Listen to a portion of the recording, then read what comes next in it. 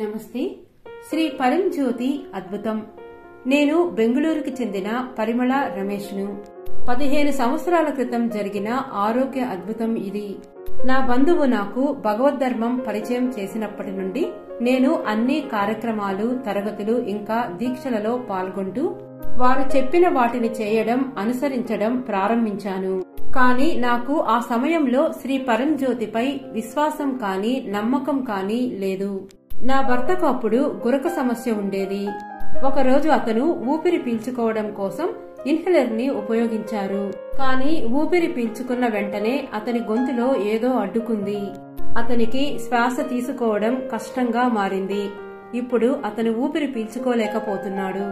శరీరం చల్లగా మారుతూ స్పృహ కోల్పోవడం ప్రారంభమైంది.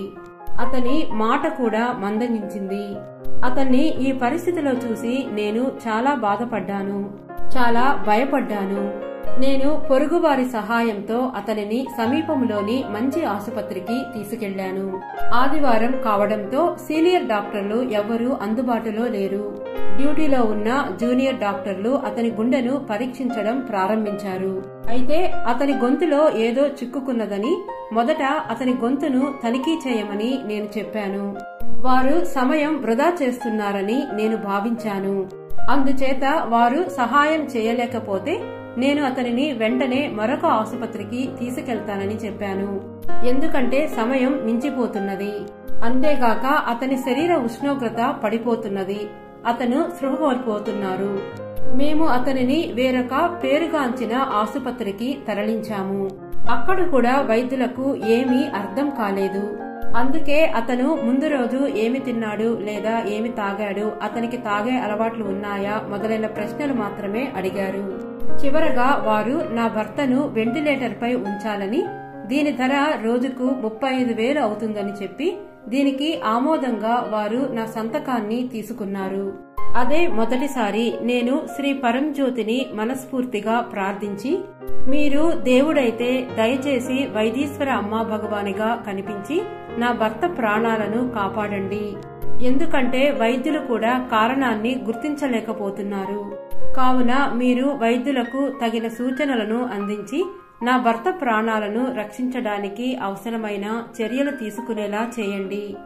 నేను ప్రార్థన చేసిన కొద్దిసేపటికే వైద్యులు ఆక్సిజన్ మాస్కును నా భర్త ముఖంపై ఉంచి చాలా శక్తివంతంగా గాలిని వదిలారు.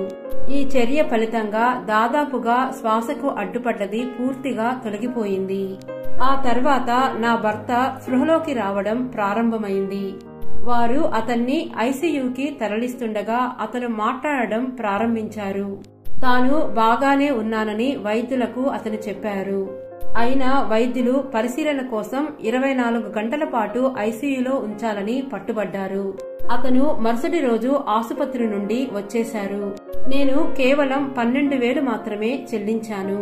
శ్రీ పరంజ్యోతి నా భర్త ప్రాణాలను కాపాడడం మాత్రమే కాకుండా ఆసుపత్రిలో చెల్లించాల్సిన చాలా డబ్బును కూడా తగ్గించేశారు. శ్రీ అమ్మా భగవాన్ ఎవరో నిజంగా నేను కనుగొన్నది ఆ రోజే. అప్పటి నుండి ఇప్పటి వరకు నేను శ్రీ అమ్మా భగవానులను విడిచిపెట్టలేదు. నా భర్త ప్రాణాలు కాపాడిన శ్రీ పరంజ్యోతి మీకు కోటి కోటి ధన్యవాదములు. నా జీవితాంతం మీ పాద కమలాల వద్దే ఉంటాను.